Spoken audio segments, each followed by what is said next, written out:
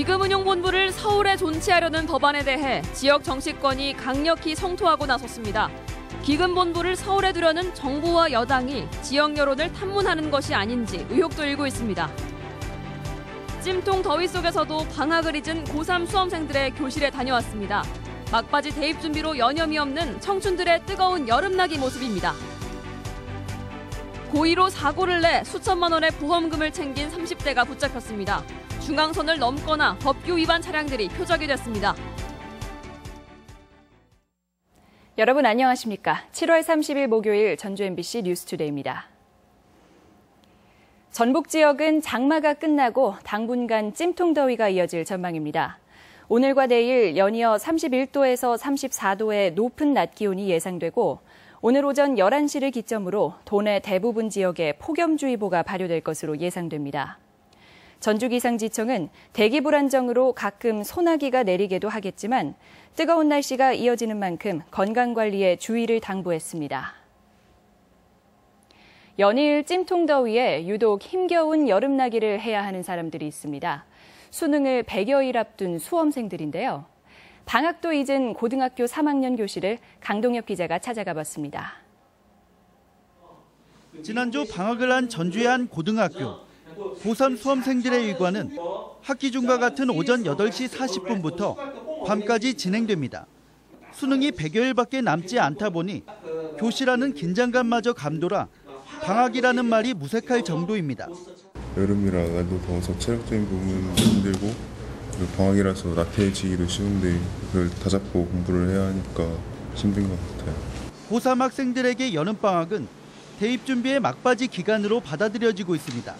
짧게는 수시 준비하기도 지금 많이 바쁘고 자기소개서도 써야 되고 수시랑 정시 둘 다 준비하다 보니까 많이 스트레스도 받고.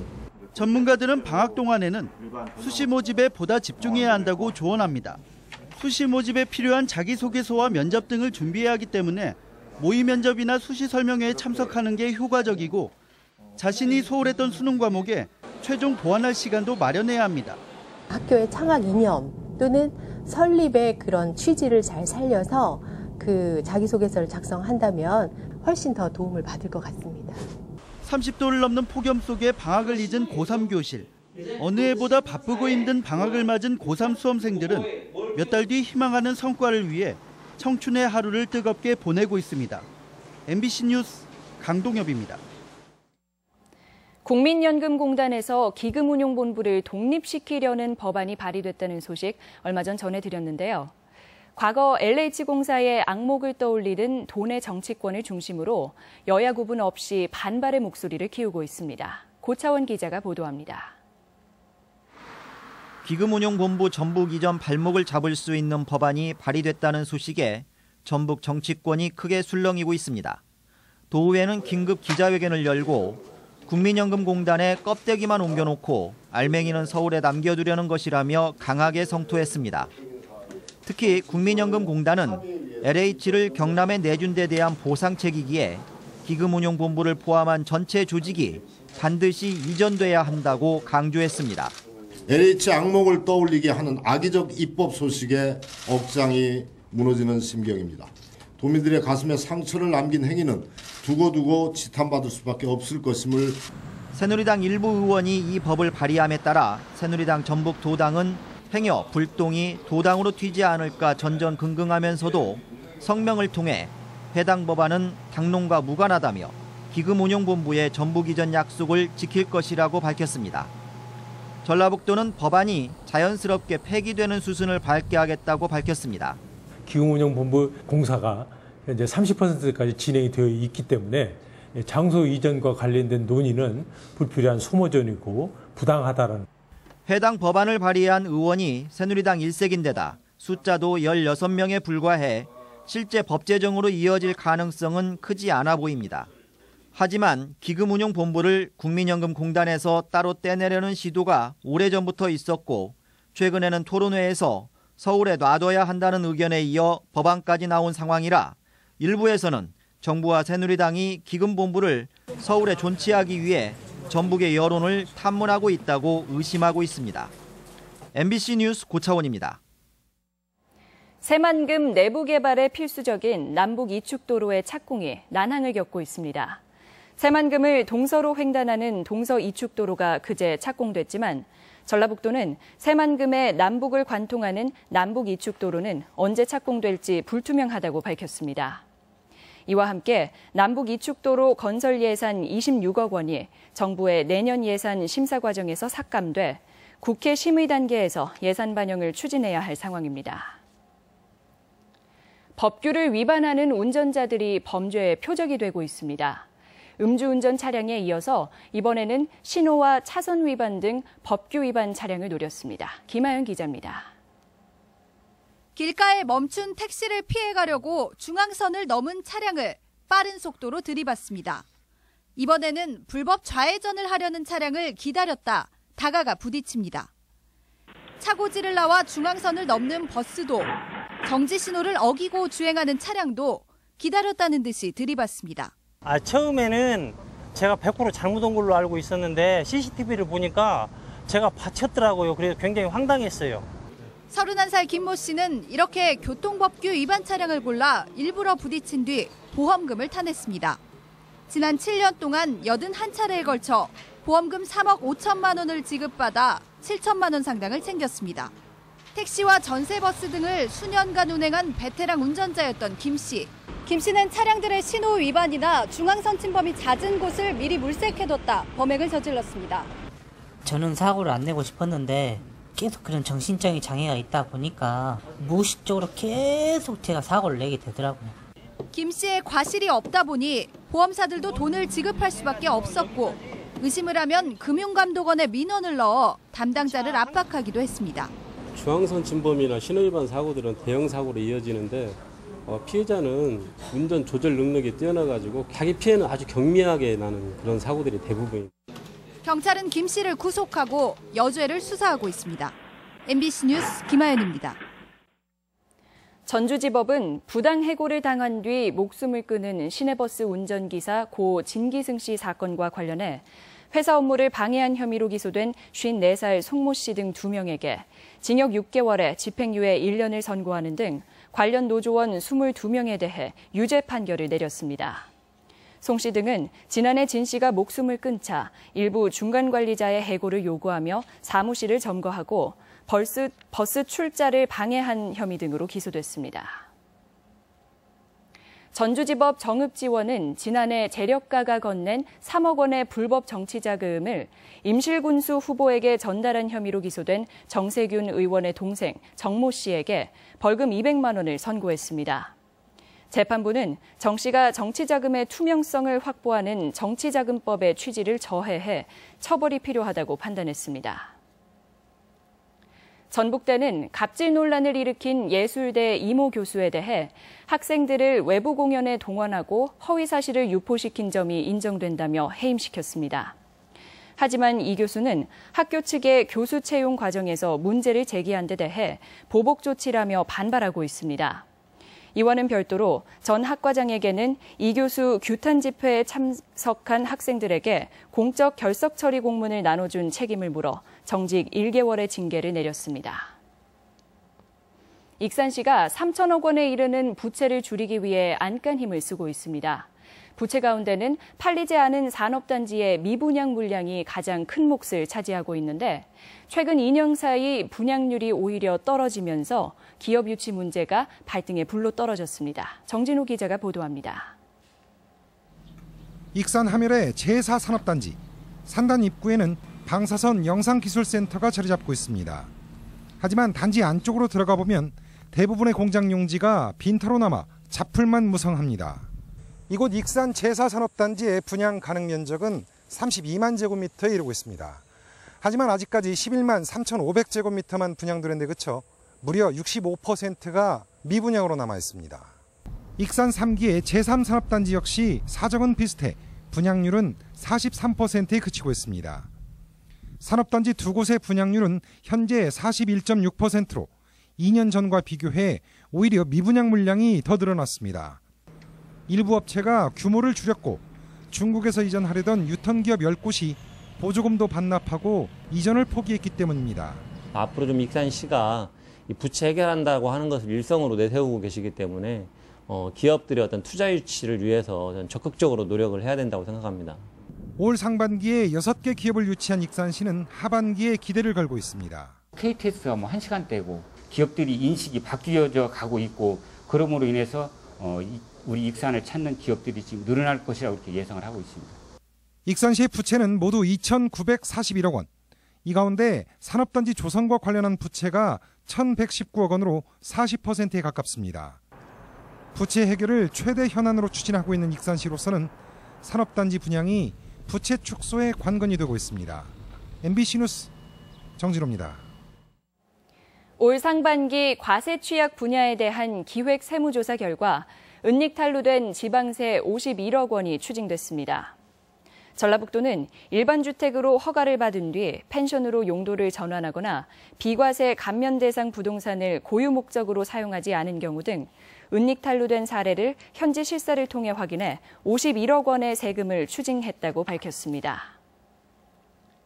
전주시는 현재 혁신도시를 경유하는 서울행 고속버스와 시외버스의 간이 정류장을 다음 달 10일부터 농촌진흥청 북쪽 정류장으로 통합해 운영한다고 밝혔습니다. 현재 김제를 출발해 서울 강남터미널로 가는 고속버스는 매일 4차례, 전주대 출발 서울 남부터미널행 시외버스는 하루 10차례 운행되고 있습니다. 전주 특산품인 복숭아 축제가 오늘부터 이틀간 전주 종합경기장에서 열립니다. 전주 명품 복숭아 큰잔치는 생산자가 직접 판매하는 직거래 장터가 열려 시중보다 2에서 30% 할인된 가격에 판매되며 깜짝 경매와 복숭아 품평회 등 부대 행사도 마련됩니다. 전주 복숭아는 1910년대 재배되기 시작해 지금은 450농가에서 연간 4,000톤을 생산하고 있습니다.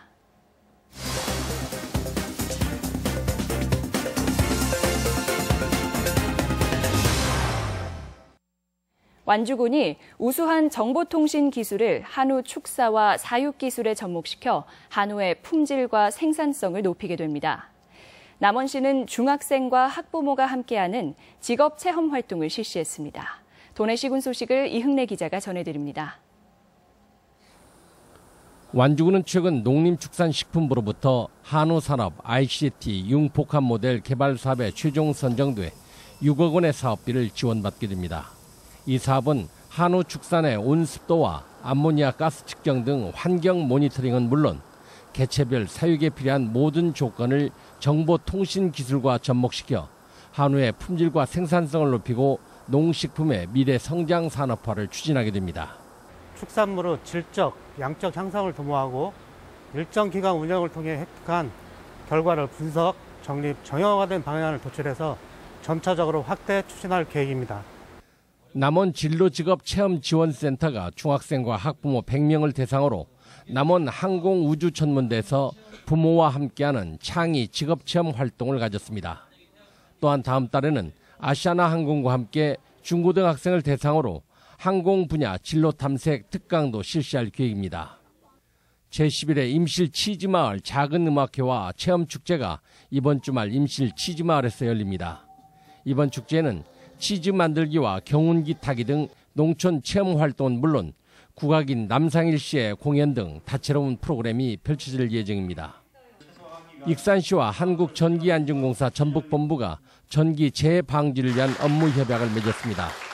이에 따라 200세대의 재난 취약계층에 대한 전기 설비 개선과 전기 안전교육 그리고 저소득층 무료 전기 안전점검과 다중이용시설 안전점검 등이 추진될 계획입니다. MBC 뉴스 이흥래입니다. 여형구 국토교통부 차관이 고군산군도 연결도로 공사 현장을 방문해 직도 사격장 문제를 해결하기 위한 정부 지원 사업인 만큼 공사가 제때 완공되는 것이 중요하다며 자연관광 자원을 효과적으로 활용할 수 있도록 접도구역 지정 등의 규제를 완화하고 관광객을 위한 휴게시설 등을 적극 검토하라고 주문했습니다. 고군산군도 연결도로 공사는 새만금 방조제에서 신시도, 문여도, 선유도, 장자도까지 8,008km를 연결하는 공사로 내년 말 준공 예정입니다. 전주국제영화제 신임 집행위원장에 이충직 중앙대 첨단영상대학원 교수가 선임됐습니다.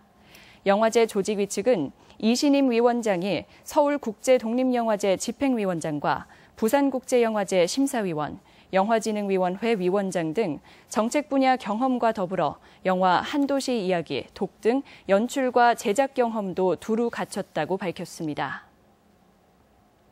익산 보석박물관이 여름방학과 휴가철을 맞아 내달 20일까지 성인은 2,000원, 초등학생 이하 어린이는 무료 입장으로 관람료를 할인합니다. 보석박물관에서는 전국 초등학생을 대상으로 한 키즈 보석 아카데미 프로그램이 다음 달 14일까지 매주 토요일 운영되고 세계유산 등재를 기념하는 칠보공예 작품 전시회 등이 열리고 있습니다.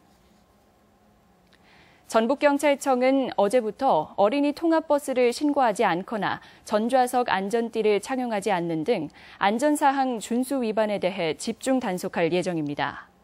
제정 도로교통법 일명 세리미법에 따라 13살 미만 어린이를 대상으로 하는 교육시설은 반드시 관할 경찰서에 통합버스를 신고해야 합니다. 우리 지역 행사와 문화 소식입니다. 박승희 가야금 독주회가 오늘 한국소리문화의 전당에서 있습니다. 아카펠라 그룹 아카시아의 공연이 오늘 완주 문예회관에서 무료로 펼쳐집니다. 이정신 작가의 개인전이 감추기와 드러내기란 주제로 오는 2일까지 한지산업지원센터에서 마련됩니다. 동부권 4개 지역 생활문화예술동회가 참여하는 제3회 산골음악회가 모레 임실군 청소년 수련원에서 열립니다. 창작극회의 연극 곰스크로 가는 기차가 오는 2일까지 창작 소극장 무대에 오릅니다. 제8회 진안군 마을축제가 오늘부터 닷새간 진안군 일원에서 개최됩니다. 제17회 전주 명품복숭아 큰잔치가 오늘과 내일 전주 종합경기장 북문에서 열립니다. 완주 세계 캠핑 캐러바닝 대회가 내일부터 열흘간 무궁화 오토캠핑장과 고산 자연휴양림 일대에서 치러집니다. 아동학대 예방을 위한 아이사랑 행복 콘서트가 오늘 익산시 육아종합지원센터에서 열립니다. 전북 상설공연 뮤지컬 춘향도 보고 산소리 체험도 함께하는 프로그램이 오늘 전북예술회관에서 진행됩니다. 전북권 날씨입니다. 전주와 익산 등 10개 시군에 폭염 예비특보가 발효된 전라북도 지역은 오늘 무더위가 기승을 부리겠습니다. 낮 최고 기온은 남원 34도, 임실 33도 등 31도에서 34도의 분포로 어제와 비슷하겠고 밤에는 열대야가 나타나는 곳이 있겠습니다. 바다의 물결은 서해남부 전해상에서 0.5에서 1m로 일겠습니다.